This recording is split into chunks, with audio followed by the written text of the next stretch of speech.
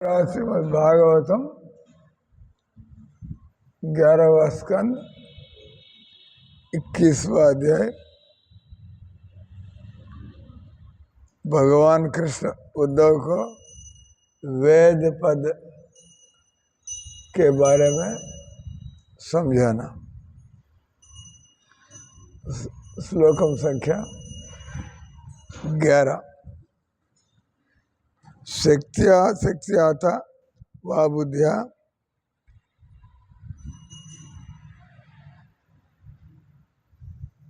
समृद्धिया च यदात्मने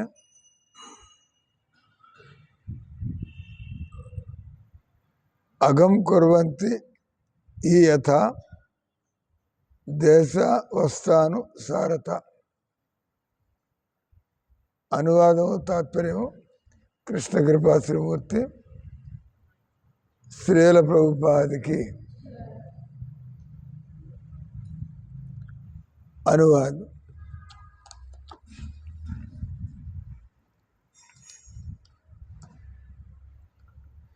किसी व्यक्ति की शक्ति अथवा दुर्बलता, बुद्धि, बुद्धिमान या बुद्धिहीन, संपत्ति, कंगाल या धनवान, किसी व्यक्ति की शक्ति, दुर्बलता, बुद्धि, बुद्धिहीनता, संपत्ति, दरिद्रता, स्थान,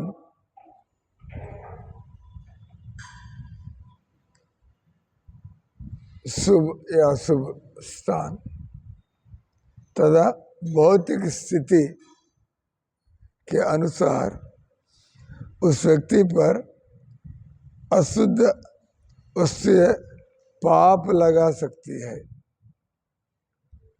इसका मतलब पाप अपने आप में किसी को पापी नहीं कर देगा। तो कुछ पाप है, लेकिन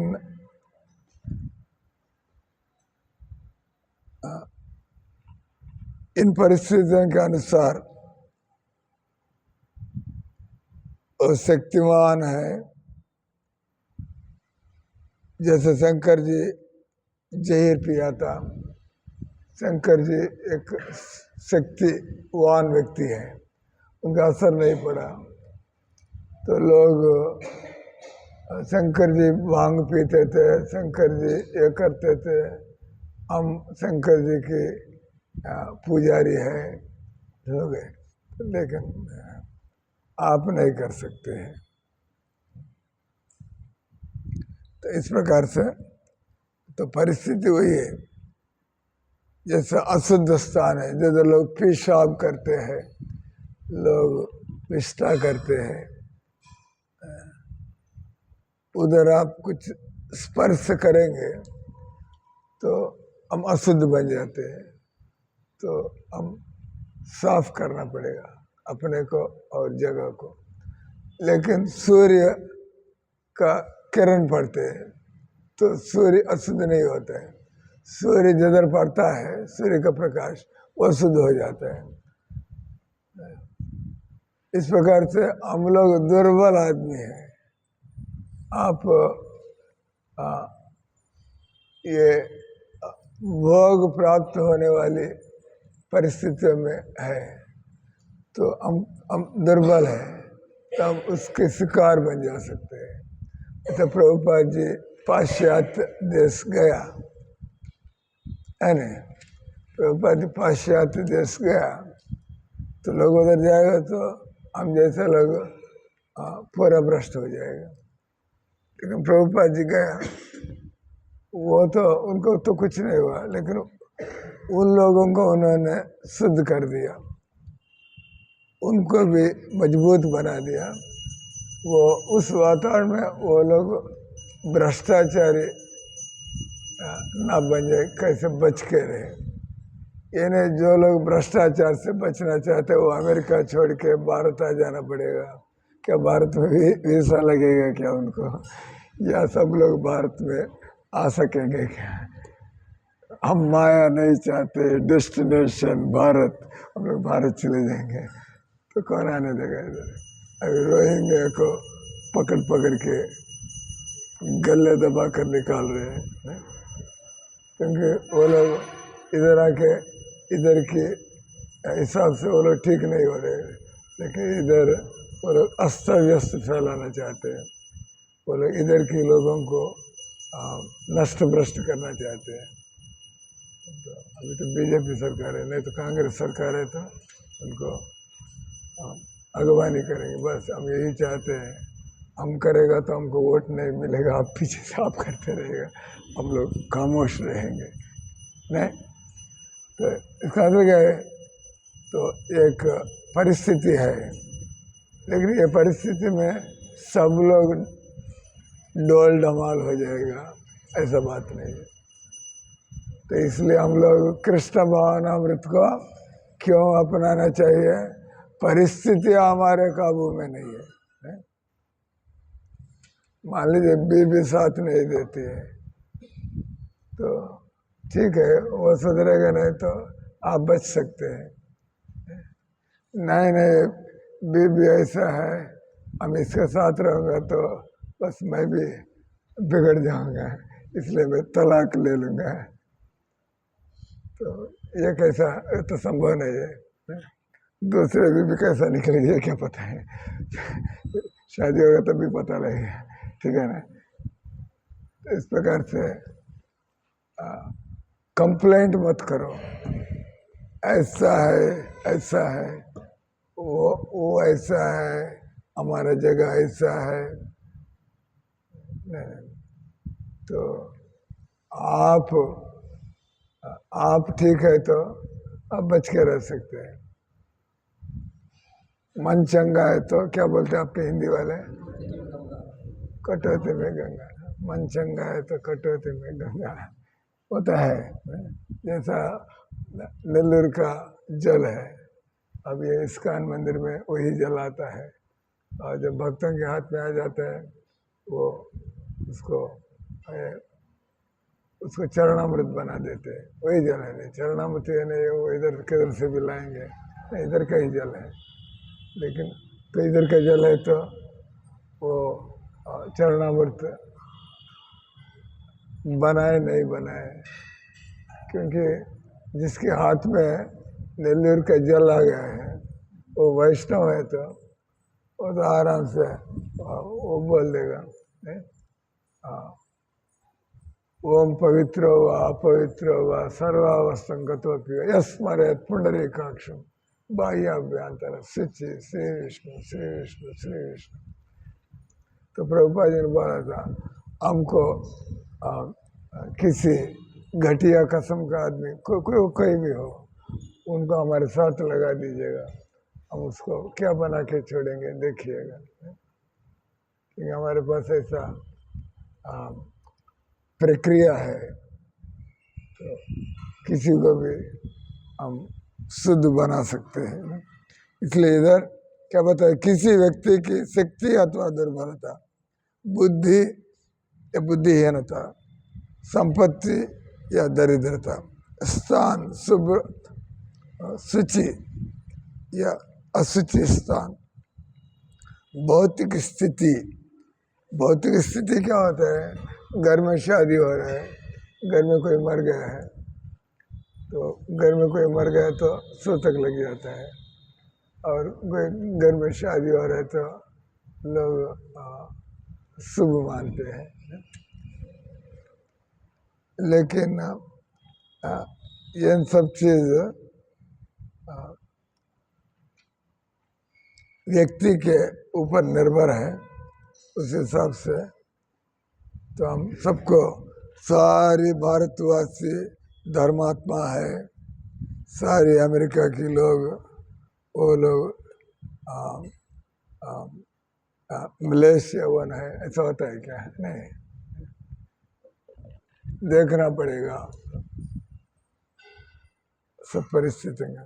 तो इधर प्रभुपाद जी की तात्पर्य, भगवान ने विभिन्न देश, काल वस्तुओं की शुद्धि तथा अशुद्धि का वर्णन किया है।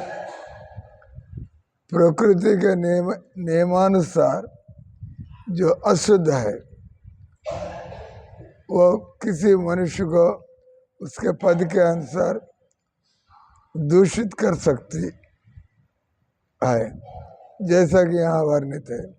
उदाहरण के लिए विशेष अवसरों पर यथा सूर्य ग्रहण पर या शिशु के जन्म के तुरंत बाद कर्मकांडीय आदेशों के अनुसार भोजन नहीं ग्रहण करना चाहिए, किंतु यदि कोई शारीरिक रूप से क्षीण है तो वो भोजन कर सकता है, उसे अशुद्ध नहीं माना जाता है। कंसेशन, जिसको वो छूट दिया गया, एक्सेप्शन। इस संसार में हर चीज के लिए इसका मतलब इसी को बोलते हैं क्या धर्म है क्या अधर्म है, ये इसको डिसाइड करना बहुत बारीकी बात है नहीं? तो देखना पड़ेगा।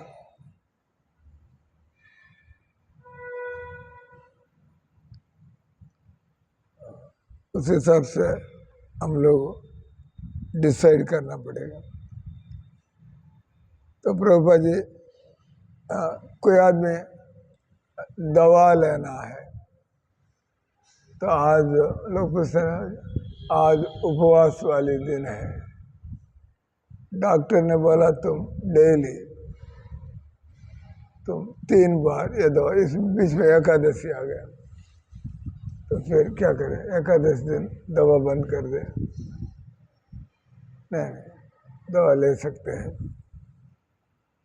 या कोई व्यक्ति किसी को बीमार है तो आदमी कुछ दवा लेने के पहले कुछ खाना पड़ेगा, तो वो दवा पेट को जला देगा, एसिडिटी पैदा करेगा, तो फिर वो कुछ खाना पड़ेगा, वो कुछ खा सकता है। वो उपवास को नष्ट किया नहीं माना जाएगा, तो उपवास नष्ट नहीं हुआ है, क्योंकि स्पेशल परिस्थिति है। इस प्रकार से बहुत एंगल्स, बहुत दृष्टिकोण से देखना पड़ेगा। एक अंग्रेजी में कहावत है, one man's food is another man's poison. जैसे जो गृहस्थ के लिए जो नियम है वो सन्यासी के लिए नहीं है, वो नियम जो सन्यासी के लिए नियम है वो गृहस्थ के लिए लागू नहीं होते हैं, अलग अलग। इसलिए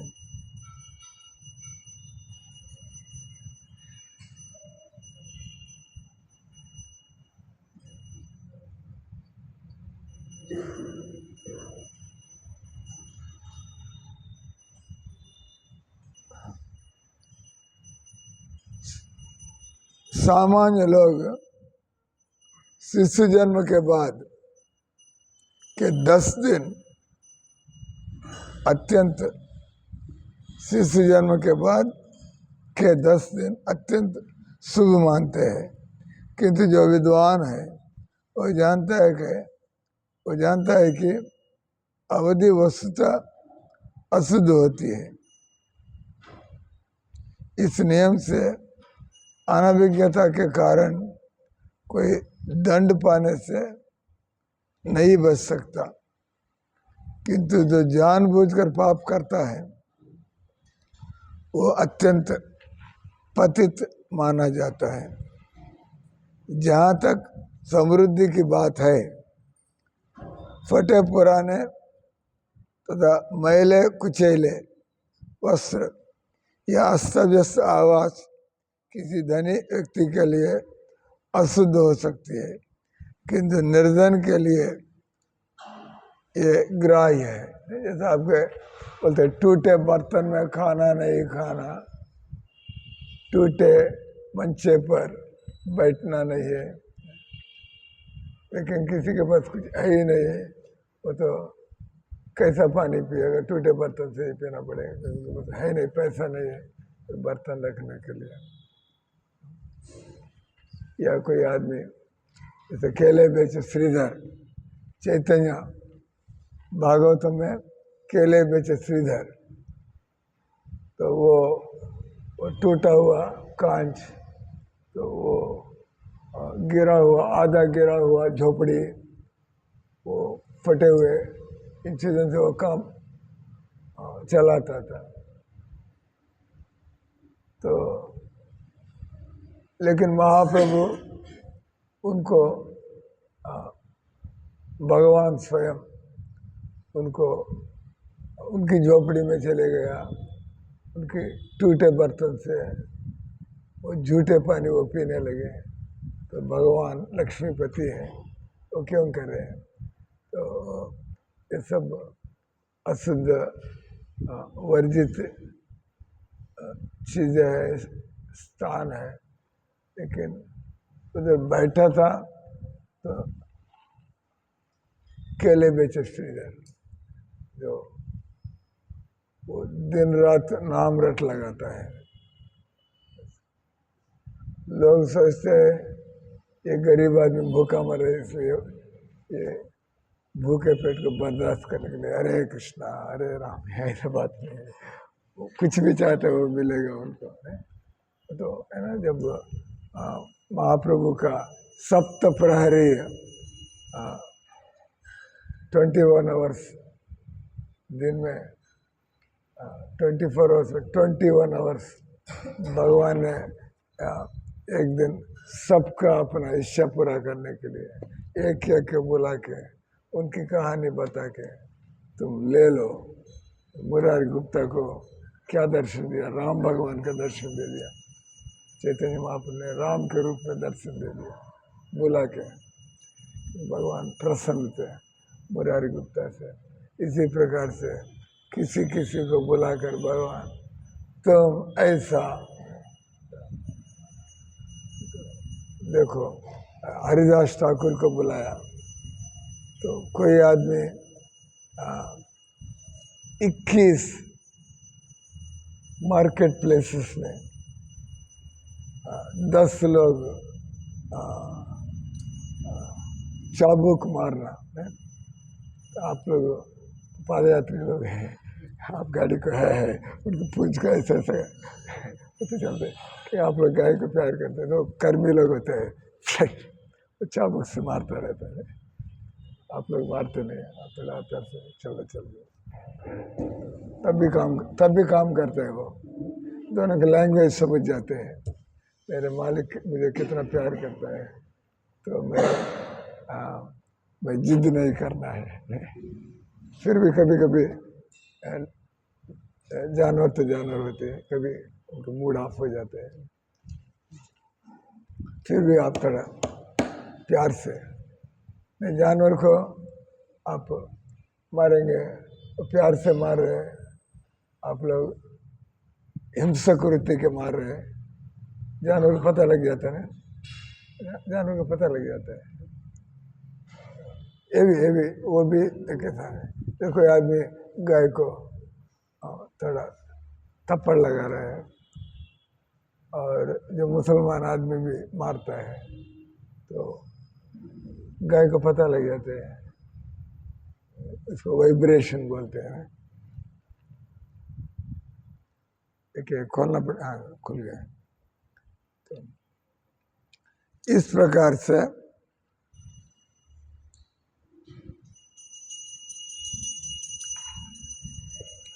तो ये केले बेचे केले बेचे श्रीधर को बुलाया गया, बुलाओ। अच्छा वो नहीं था उधर, जाओ उधर जाके उनके घर से महाप्रभु बुला रहे कि डेली उनका अपना रूटीन है, तो इसलिए वो टोली में नहीं था, लेकिन भगवान मिलना चाहते हैं, हम लोग भगवान को मिलना चाहते हैं, लेकिन भगवान भक्त को मिलना चाहते हैं।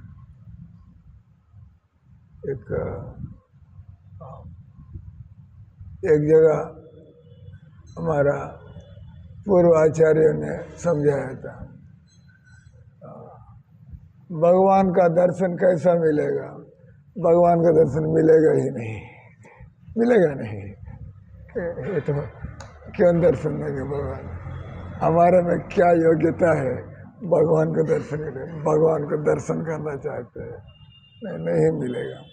आप पहले ये अचल भगवान को आप पूरा श्रद्धा के साथ पूरा जोर लगाकर सेवा करना पड़ेगा।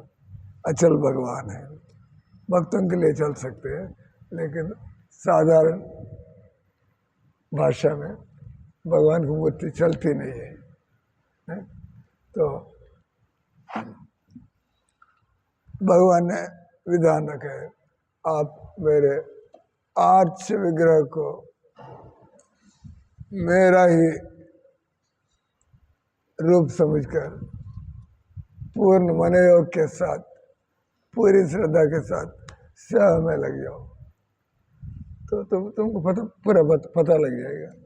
आप इस सेवा के बिना रह नहीं पाएगा, तो क्योंकि कुछ चल रहा है आपके अंदर, आनंद मिल रहा है, दर्शन नहीं हुआ अभी तक, आनंद मिल रहा है, आपका विकार मिट रहा है, तो आपको टाइम पर सफाई के साथ काम करने के बिना आप राजी नहीं होते। नहीं, पूरा ढंग से करना ये काम, क्योंकि आपको ये तो भगवान है, तो हम लोग जितना सावधानी से कर सकते हैं हम करना है। और आगे चलकर तो भगवान चाहते तो, हम चाहते तो नहीं होगा, भगवान चाहते तो भगवान तो चल सकते हैं, बात कर सकते हैं, भगवान क्या नहीं कर सकते हैं। तो इसलिए इधर किसी परिस्थिति के लेकर बस ये ऐसा ही है ऐसा नहीं कर सकते, आप उसको पलट सकते हैं। जब हम भक्त नहीं है, हमारे लिए कुछ है, हम भक्त बन जाते हैं तो हम लोग किसी परिस्थिति को, किसी वस्तु को, जैसे प्रभुपाद जी हम जैसा ही इस संसार में सब जगह, लेकिन प्रभुपाद जी उन्होंने स्पिरिचुअलाइज कर दिया और अपने भक्तों को समझाया। कभी एक जगह भक्त जाता है, वो जगह अशुचि स्थान है, वो जगह स्मशान है, ये जगह वर्जित स्थान है। एक बार हुआ था ना, तो प्रभुपाद जी अपने सेंटर खोलने के लिए इलाहाबाद में प्रयागराज, तो बहुत महंगा था, प्रभुपाद जी के पास इतना पैसा नहीं था, किसी ने मजाक करने के लिए बोल दिया ये तो जो भूत बंगला है ये भूत बंगला कोई लेता नहीं है, तो आपको बहुत सस्ता में मिल जाएगा, ले सकते हैं। कोई नहीं, सब डरते हैं उधर, सचमुच भूत है उधर। कुछ लोग बोलते भूत है, कुछ लोग भूत है नहीं बोलते। क्या भूत होता है? नहीं होता, होता है ना। भूत क्या चीज़ होता है? जो स्थूल शरीर नहीं है उन जीवों को भूत बोलते हैं, उसमें क्या बड़ा बात है। तो वो भूत रहते हैं। तो प्रभुपाद जी सारे ज्ञान से अवगत थे प्रभुपाद जी, तो वो इतना बड़ा बिल्डिंग है, बस सिर्फ इतने मिलेगा। तो प्रभुपाद जी उस डरावनी स्थान के बारे में उनको पूरा जानकारी नहीं है, तो इसलिए लोग सोच रहे थे, लेकिन प्रभुपाद जी मानते ये तो भूत बंगला है। प्रभुपाद जी आराम से शंख लेके, घंटा लेके, करताल लेके, इसलिए हम लोग घंटा क्यों बजाते हैं, करताल क्यों बजाते हैं, मृदंग क्यों बजाते हैं, शंख क्यों बजाते हैं। तो हमको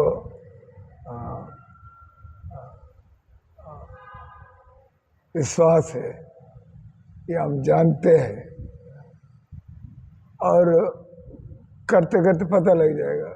शंख की आवाज़ उठेगा। भगवद गीता में पहले अध्याय में शंख की आवाज़, तो ये पांचजन्यम ऋषि कैसा देवदत्त धनंजय सबका शंख बजता है। तो वही शंख की ध्वनि ये कौरवों का दिल को विदीर्ण कर दिया। और पांडव लोग भी क्या होगा क्या नहीं होगा, लेकिन शंख की आवाज़ सुने हम तो जीतने वाले, उनको ऐसा लगे वही आवाज़ है, क्योंकि वो लोग दुष्ट लोग हैं, इसलिए शंख की आवाज़ शुद्ध ध्वनि। हम अधार्मिक लोग हैं, हम क्या जीतेंगे, ये तो धर्म ध्वनि गूंज उठ रहा है नहीं? तो कहने का यह है, हम सब भी उसका मिसाल है। मैं अभी तक मैं समझ नहीं पाया जब कैसे हम ये भक्ति कर रहे हैं इस संसार में। प्रभुपाद जी, हम लोग भक्ति करने के लायक है क्या है? हम लोग नीच, साधारण, हम लोग स्वार्थी, हम लोग पापी लोग हैं। लेकिन हम लोग आजकल, अब तो हम भक्त बनाने हैं, लेकिन हमको पता है ये तो मार्ग आगे चलकर कभी ना कभी मुझे भक्त बना ही देगा, नहीं छोड़ेंगे नहीं तो आप भक्त बन ही जाएगा। क्योंकि थोड़ा परिवर्तन आपको एहसास हो रहा है। यहाँ भाई 40 साल के पहले मेरा दिमाग में क्या चल रहा था पूरा दिन, अब कैसा कुछ बदल गया है। इसका तो प्रभुपाद जी बोला है, आप अपने गुरु ने जो प्रणाली का जो रूटीन दिया है उसको आप छोड़ने के बिना, इट इज योर, जो भी दीक्षा लेता है, नौकरी में गया नहीं गया गोली मारो, घर की हालत क्या है छोड़ो। पहले हम दीक्षा लिया है, जिन नियमों को हमने अग्नि के सामने, गुरु के सामने, वैष्णव के बीच में और भगवान के आर्च विग्रह के सामने हम दीक्षा लिया है। तो कितना विटनेस हो गए ना। तो लिया तो बस हम ये चार नियम तो पालन करना ही है। इसके द्वारा हमारे रिश्तेदार हमको छोड़ के चले जाएगा, उसके लिए हम तैयार रहना पड़ेगा। नहीं, आप हमारे साथ बैठ के थोड़ा प्याज का सब्जी नहीं खाओगे, मैं तुमको ये नहीं मानूंगा, कोई बात नहीं, कोई बात नहीं। जो भगवान हमको रिश्तेदार मिल गया तो ये रिश्तेदार आने का हमको क्या फर्क पड़ेगा ना। तो परीक्षा में जीतना पड़ेगा। भगवान छोटे मोटे परीक्षा लेते रहते हैं, तो उस परीक्षा में अब उतरेगा, आगे रियलाइजेशन आएगा। तो कहने गया है, जो केले बेचे श्रीधर है, ये हरिदास ठाकुर है, वाडर, जब आपके अंतःकरण शुद्ध है, तो बाहरी चीज़ें देखा नहीं जाएगा। जब वाराणसी में था महाप्रभु चंद्रशेखर आचार्य के घर, तो अचानक चैतन्य महाप्रभु को बहुत खुशी हो रहा था। उन्होंने बोला, देखो चंद्रशेखर बाहर जाके कुछ महान वैष्णव आया है, उनको ले आओ। महान वैष्णव से तो वो तो हो गया, तो कोई ऐसा कोई आदमी उधर दिख नहीं रहा था। सब लोग, आम लोग, मुसलमान लोग घूम रहे थे, सभी लोग घूम रहे थे, लेकिन इस मकान के आसपास में एक मुसलमान जैसा दरावेश वो खड़ा था। तो इन्होंने, चंद्रशेखर ने, तो कोई आगंतुक या कुछ भिखारी है ऐसे जा रहे हैं, तो वहाँ पर कोई ऐसा आदमी नहीं है, कोई ना कोई खड़ा है क्या उधर या कोई कुछ मुसलमान जैसा आदमी खड़ा है। तो महाप्रभु स्वयं चल कर आके एकदम उनको गले लगा के, तो इतने दिन से वो वही पुराना कपड़े, इतने दिन से चलकर उनका सब बाल बिखरा हुआ, उनका शरीर में इतना मैल जमा हुआ, लेकिन महाप्रभु ने कुछ नहीं देखा। उन्होंने गले लगा लिया, क्योंकि वो देख रहे थे ये तो किसी स्थान को ये तो पवित्र कर देगा। तो जब उन्होंने बड़ा नम्रता की वजह से, सनातन गोस्वामी ने बोला था, प्रभु मुझे आप सुना नहीं चाहिए, मेरा हालत ऐसा है। तो मैं अपने अंदर की शुद्धता के लिए, तो महाप्रभु तो बाहर से बहुत थे, तो ऐसा आदमी, ऐसे गंदे आदमी को गले थोड़ा जचता नहीं है। कह सकते हैं तुम स्नान वगैरह करके आओ, कपड़ा बदल के आओ, भाई तुम गले लगाना जो प्यार ऐसा होता है क्या? जब प्यार है तो आप कुछ नहीं देखेंगे, लगा दो। राधा नाथ स्वामी हमको भी ऐसा ही शर्मिंदा करते, राधा नाथ स्वामी हम ऐसे जाते एकदम ऐसा गले लगाते, अच्छा ये क्या है, हम क्या है। लेकिन महाराज भक्तों को तुम अपने बारे में कुछ ऐसे घटिया मत समझो, क्योंकि तुम प्रभुपाद जी की सेवा में हो, तुम इतना साधना करते हो, डोंट वरी, आपको मन में क्या थोड़ा ये ऐसा चल रहा है, डोंट वरी। तो वो गले लगाए तो आपको भरोसा मिलता है, बस महाराज जी ने मुझे पहचाना, गले लगाया, आशा है इन्हीं के सहारे हम तो एक दिन ठीक वक्त बन जाएंगे, इसलिए वो गले लगाते हैं। बड़े लोग हम जैसे घटिया लोगों के गले क्यों लगाते हैं? चिंता मत करो, तुमको हमने दीक्षित कर दिया है, तुमको ऐसा। मेरे गुरु महाराज ने मुझे हरे कृष्ण मंत्र देने के बाद तुमको सब कुछ दिया है, क्या एक माला दी, सब कुछ दिया है। लेकिन हम किताब पढ़े लिखे थे, प्रभुपाद बुक्स पढ़े थे, वो तो है। गुरु महाराज ने कृपा करके हमको दीक्षा दिया है, तो इसका तो आप सब कुछ पाने के लिए अब लायक है, जस्ट मूव ऑन, आगे बढ़ो। तो इधर कहते ये हम लोग एक अनाड़ी व्यक्ति जैसा, हम लोग एक अबोध व्यक्ति जैसा बाहरी परिस्थितियों को देखकर हम तुरंत कुछ बोलना नहीं चाहिए, देख के किस वजह से ऐसा देखे, आगे पीछे देखकर।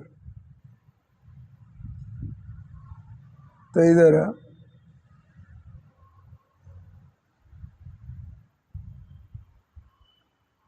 ये मैले कुचले वस्त्र, ये अस्त व्यस्त आवास,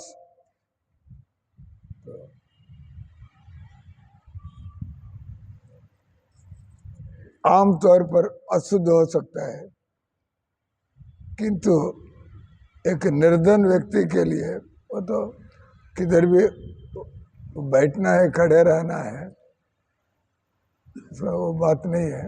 आप जीवन में क्या करते हैं, ये देखना पड़ेगा। देश शब्द सूचित करता है सुरक्षित तथा शांत स्थान में धार्मिक अनुष्ठान करने के लिए मनुष्य बाध्य है। शब्द देश शब्द सुरक्षित तथा, लेकिन वह वैष्णव जाता है। शास्त्रों में लिखा है एक वैष्णव समुद्र पार करके नहीं जाना चाहिए, क्योंकि भारत पुण्य भूमि है, भारत कर्म भूमि है, भारत एक पवित्र देश है। इसलिए आप समुद्र पार करके, ऐसा है ना आदेश है, समुद्र पार करके, नहीं तो सन्यासी लोग सिले हुए कपड़ा नहीं पहनना चाहिए, काफ़ी कुछ ऐसे बातें हैं। तो हम ये सन्यासी एक स्थान में अधिक से अधिक 3 दिन से अधिक नहीं रहना चाहिए। लेकिन गुरु महाराज ने आपको एक प्रोजेक्ट दे दिया है, अब जितना उधर रह के पूरा ध्यान देकर काम करते हैं, तो गुरु महाराज का आदेश है प्रभुदत्त स्थान रहते हैं, तो आप इन चीज़ों को परवाह नहीं करते। बस महाराज ने बोला था एक सुंदर प्रभुपाद जी की प्रसन्नता के लिए ऐसा स्थान बनाओ। वो सन्यासी हो सकते हैं, लेकिन बेटी करने लगता है। आज सोचिए तो क्या है, महाराज यार तो मैं एक ही स्थान में बैठे रहते हैं, नहीं, उनको क्या आदेश मिला वो क्या करना है। आप ऐसा ही क्यों जल्दबाज में ऐसा क्यों सोचते हैं। ये कभी बोलते हैं ना जगत गुरु किसको कहते हैं, जो सारी जगत घूम के है उसको जगत गुरु बोलते हैं। तो सारी जगत में घूम के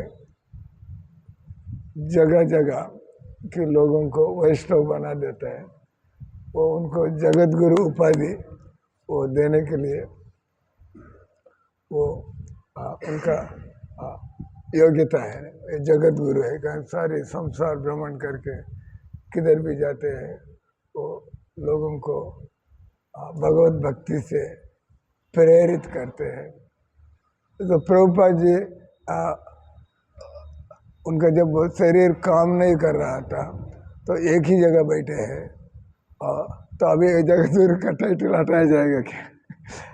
जब घूम रहा था जगत गुरु, अभी तो जाने के लिए लायक नहीं है, अब उनको जगत गुरु नहीं कहेंगे, फिर भी जगत गुरु है। जगत गुरु उसको बोलते हैं लोग उनके पास आएंगे वो उनको उद्धार कर सकता है, नहीं? और वो ऐसे शुद्ध भगत है, तो वो आदमी किसी को भी भक्त बना सकता है। ये जरूरत नहीं वो सारी संसार, तो प्रभुपाद जी भी सारी जगत घूम के आए क्या, उनका जीवन काल में जितना जगह जा सकते हैं उतना जगह गया है। और ऐसा कोई स्थान है क्या जिधर प्रभुपाद जी नहीं गया, बहुत जगह है, बहुत जगह है ना। फिर प्रभुपाद जी जगत गुरु, इसका मतलब उनके अंदर ऐसा योग्यता है, वो किधर भी जाएंगे किसी को मिलेंगे वो उनको भक्ति से प्रभावित कर सकते हैं, इसलिए वो जगत गुरु है।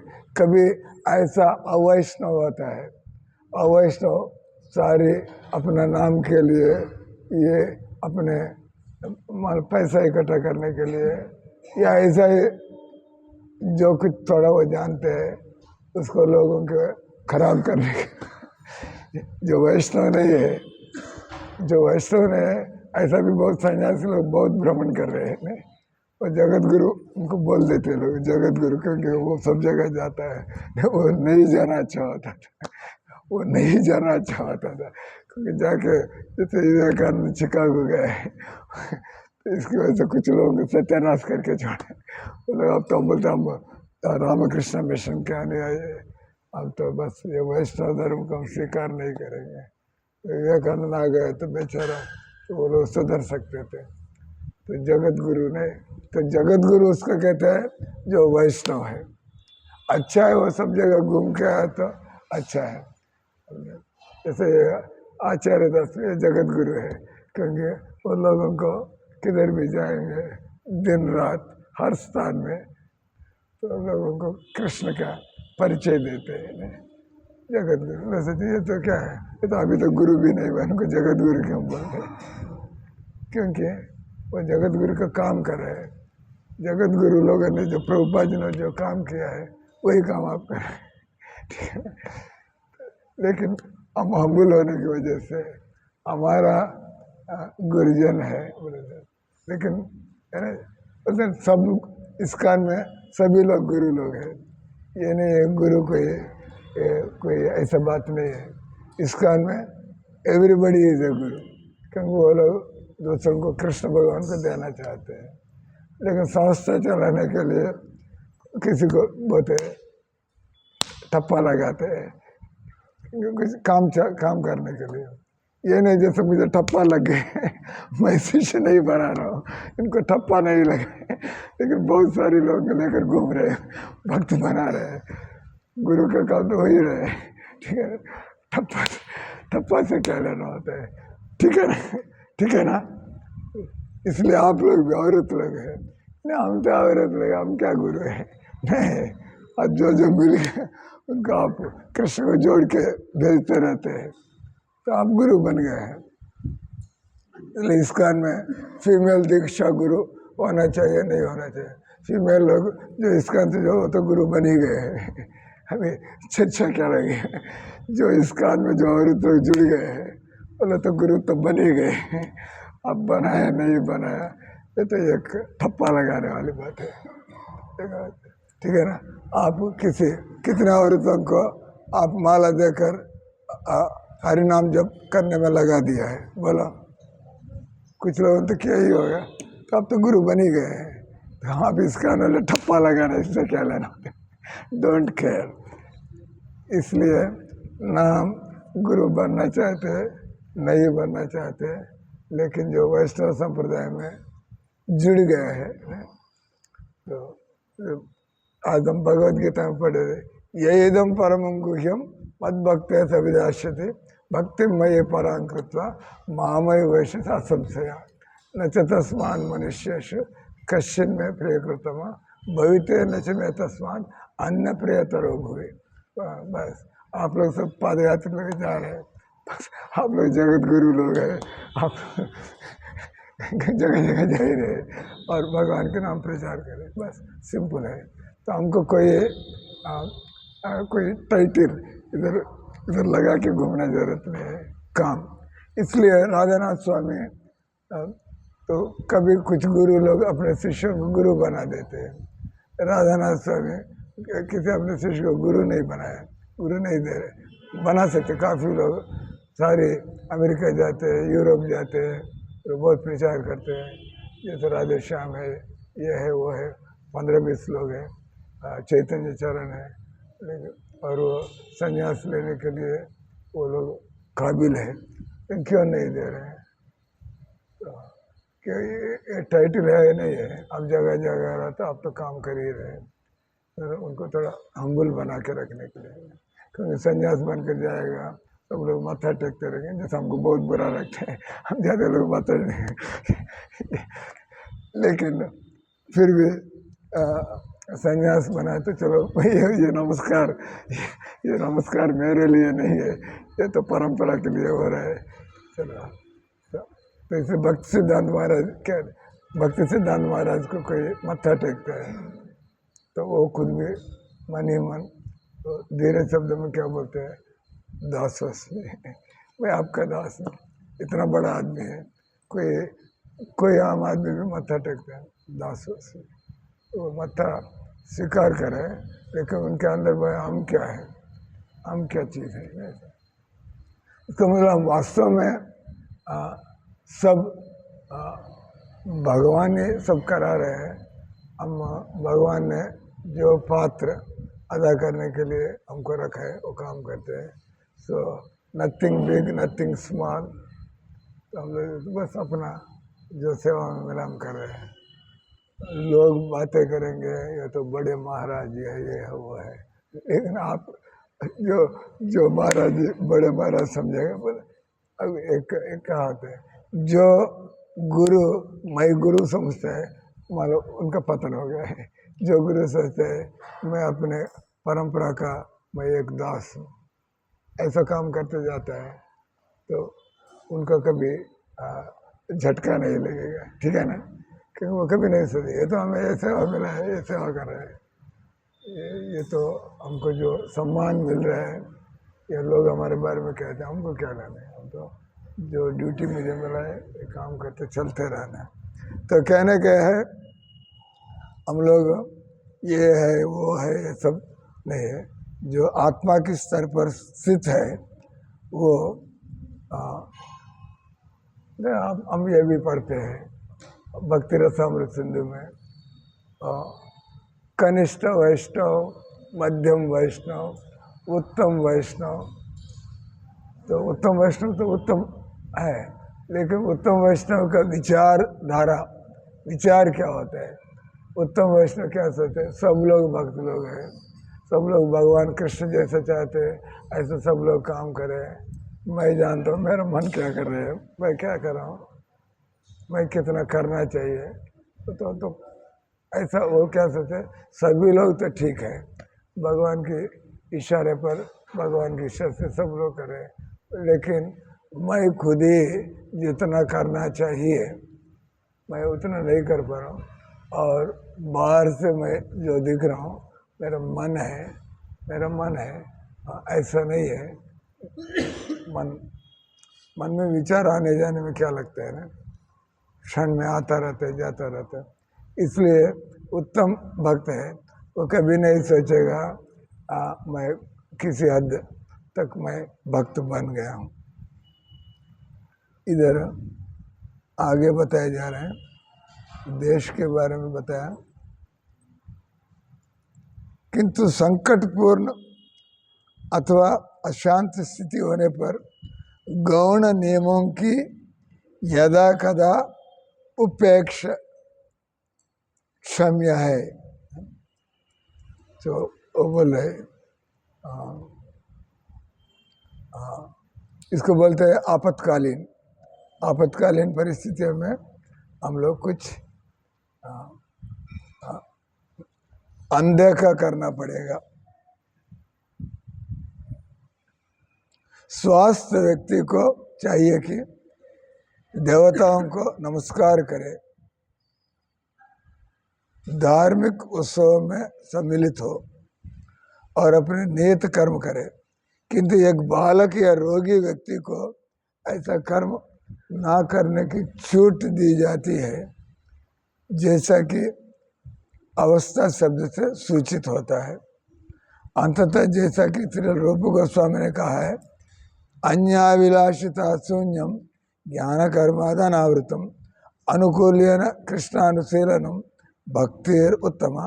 मनुष्य को चाहिए कि वो भगवान कृष्ण की दिव्य भक्ति अनुकूल होकर और सकाम कर्म, जैसे कोई अच्छा भक्त है उनकी परिस्थितियों के अनुसार वो फुल टाइम नहीं बन पाते। हम देखते हैं बहुत गृहस्थ लोग हैं, बहुत ऐसा नौकरी करने भक्त लोग हैं, आम लोग जैसे दिखते हैं, लेकिन उनका डेडिकेशन देखते हैं।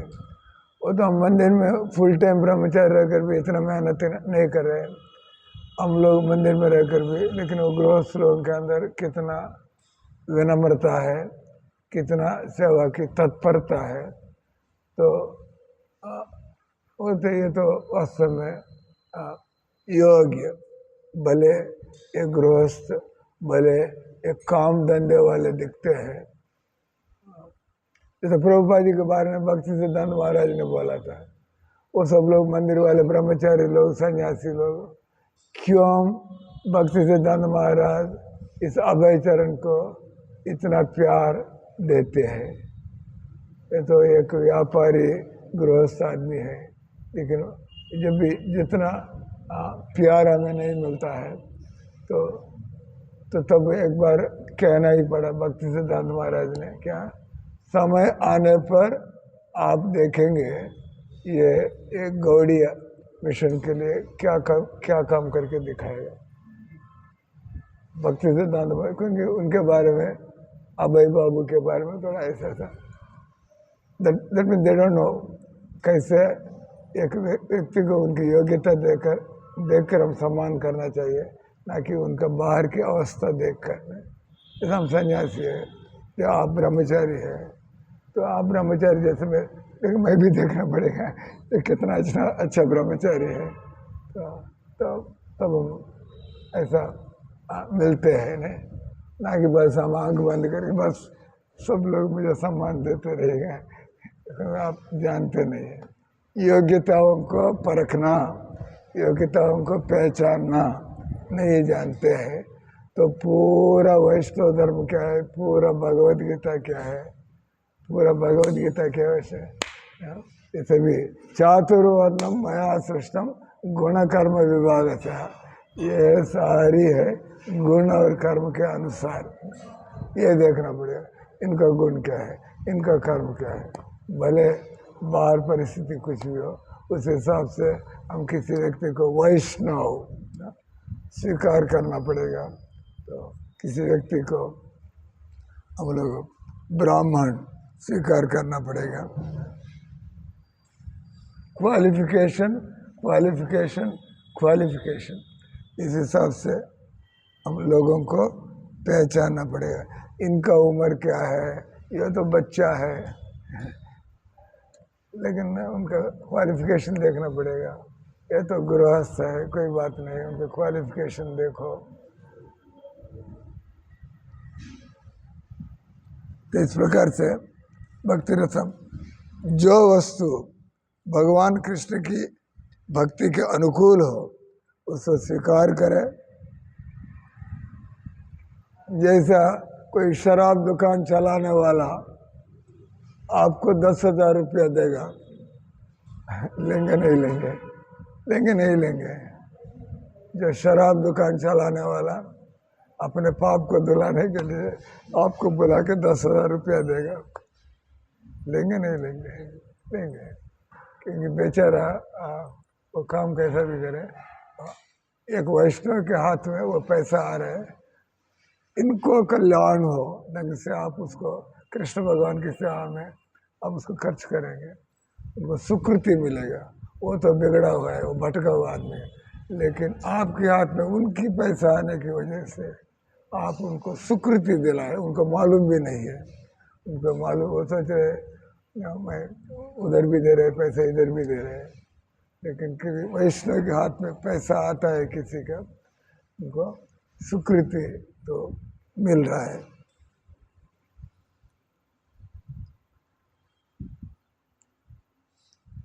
और जो अनुकूल ना हो उसका बहिष्कार कर दे। तो जैसे हमारे पास बहुत गाड़ी है, आप अपने स्टेटस बनाने के लिए गाड़ी में जाते। एक बार गिरिराज महाराज ने मुझे बताया, बहुत पैसा को बहुत सावधान से खर्च करते हैं गिरिराज महाराज ने, उनके साथ रहे थे। तो उन्होंने गाड़ी के बारे में कुछ फार्मूला निकाल दिया। मैंने बोला था ऐसे गाड़ी में जाना चाहिए, 4 पहिए वाली गाड़ी में जाना चाहिए, नहीं जाना चाहिए। उन्होंने एक दिया था, कभी ज़्यादा लोग जा रहे हैं तो आप और यातायात में जाएंगे तो मंदिर का पैसा ज़्यादा बर्बाद होगा, तो गाड़ी में जाने में मंदिर का पैसा बचेगा। दूसरे, हम लोग कुछ